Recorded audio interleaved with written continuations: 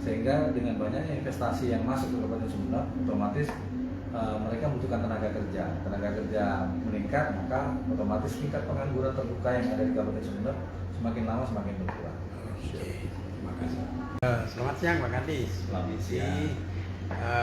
Hari ini kan ada forum diskusi membahas terkait tadi rancangan peraturan bupati, rancangan pemberian insentif dan kemudahan bagi modalnya. Seperti apa dan hasil ke depan yang dimaksud dengan pemberian insentif ini, Pak? Ya. Jadi kita kan sudah memiliki perda penanaman modal, untuk itu kita perlu perangkat pendukung regulasi lainnya terkait dengan bagaimana kita memberikan insentif dan kemudahan dalam para pelaku usaha yang ingin menanamkan modal atau investasi di Kabupaten Sumeneb. Nah, untuk itu kami melaksanakan kegiatan FGD yang mengundang stakeholder terkait dan termasuk pelaku usaha yang diwakili oleh Ketua HIPMI Mas Yunus untuk bisa memberikan narasumber dan masukan yang komprehensif terhadap pergub itu, sehingga nantinya dengan tersusunnya pergub berkenaan dengan pemberian insentif dan kemudahan investasi itu banyak para investor dan UMKM yang bisa menanamkan modalnya di Kabupaten Sumeneb atau berinvestasi di Kabupaten Sumeneb. Dalam bentuk apa pemberian insentif ini? Jadi insentif bisa dilakukan dalam bentuk fiskal dan non fiskal. Kemudahan fiskal misalnya dari keringanan pembayaran lebih HDP, yang biasanya 5% bisa 2,5%.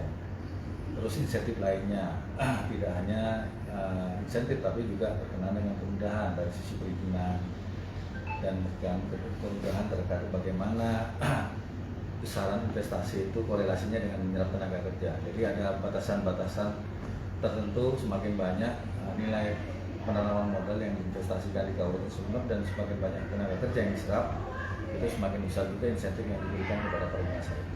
Jadi semata-mata muaranya dari untuk dapat meningkatkan ekonomi masyarakat juga bisa menyerap tenaga kerja yang ada di Kabupaten Sumeneb. Mungkinkah ada prioritas pemberian insentif terhadap salah satu perusahaan tertentu?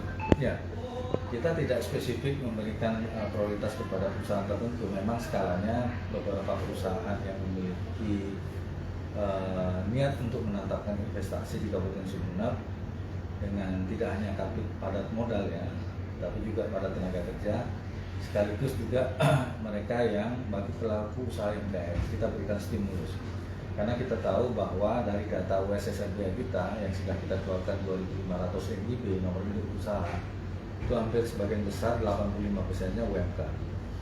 UMKM ini menjadi salah satu backbone atau tulang punggung untuk mendongkrak dan mendukung perubahan dan pertumbuhan ekonomi di Kabupaten Sumeneb. Jadi hampir sebagian besar pertumbuhan ekonomi di sektor tertentu, di sektor perikanan, di sektor pariwisata, di sektor perdagangan, itu banyak, hampir sebagian besar dari nomor induk usaha yang kita keluarkan itu kebanyakan dari sektor perdagangan, makanan, minuman, dan jajanan. Nah, sektor UMKM ini yang sangat kuat dalam menghadapi situasi goncangan ekonomi, termasuk pada saat pandemi COVID itu sektor UMKM yang bisa menopang pertumbuhan ekonomi yang ada di Kabupaten Sumeneb. Sejauh ini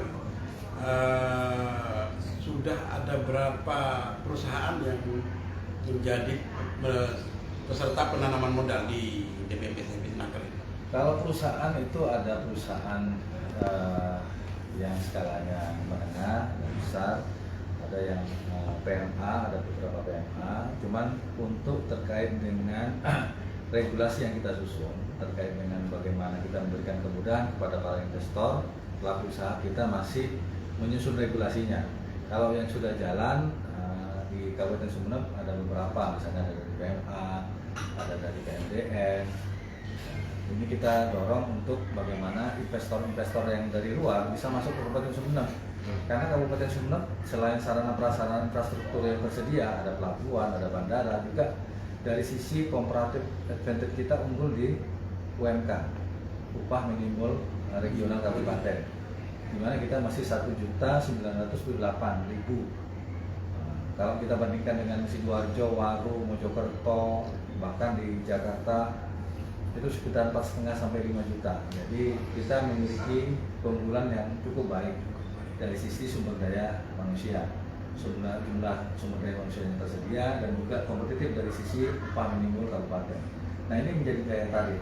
Kalau kita lihat datanya di Sidoarjo, Surabaya, Gresik, banyak perusahaan-perusahaan yang mulai eksodus mau keluar dari daerah mereka ke kabupaten-kabupaten yang memiliki UMK yang cukup rendah. Nah, ini peluang kita untuk bisa menarik mereka, bisa menanamkan modal atau investasi di Kabupaten Sumeneb dengan kemudahan-kemudahan dan insentif yang kita atur di peraturan bupati maupun perda penanaman modal itu.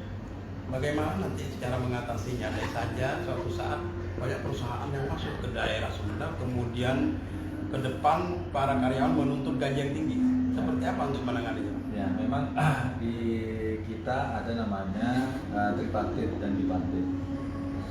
Jadi setiap rencana kenaikan upah itu berdasarkan regulasi dari peraturan Menteri Ketenagakerjaan, dan itu ada rumusnya, disesuaikan dengan kondisi jumlah penduduk, kondisi kemiskinan, jumlah laba dan keuntungan perusahaan dan pertumbuhan ekonomi di daerah itu menjadi suatu kombinasi untuk dirumuskan berapa persen kenaikannya per tahun.